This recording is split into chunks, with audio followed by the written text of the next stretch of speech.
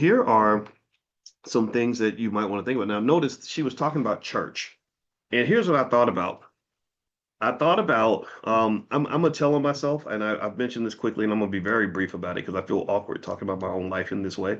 I was engaged years before I was engaged to my wife. I was engaged to a really nice woman who was really big about going to church. She was Seventh-day Adventist. I completely respected it. She went to church several times a week, and I was okay with that. I've never ever felt the need to tell anybody how to live their life. As long as you don't tell me how to live mine, then, I say live and let live. I support you. If I care about you, I'm gonna support you. Well, her church didn't seem to like it very much. They seemed to, and it was very, what's the word? Confusing to me because they almost dealt with it like she was dating, like you would have thought she was dating Pookie the crackhead or some guy that's murders people for a living.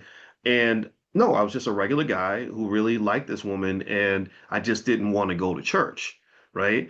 And so I remember her feeling a lot of pressure to not to pick a man inside the church. And so I went to church with her one Saturday because they go to church on Saturday. If you know anything about Seventh-day Adventists, that's when they go to church. Who knows? Maybe they're the ones who have it right. And I went to church with her on a Saturday, and I looked around at the men that were actually in the church. Okay.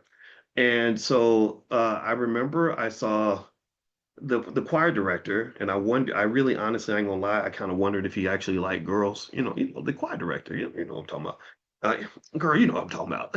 And and then I saw another guy who I think was literally about 5'2".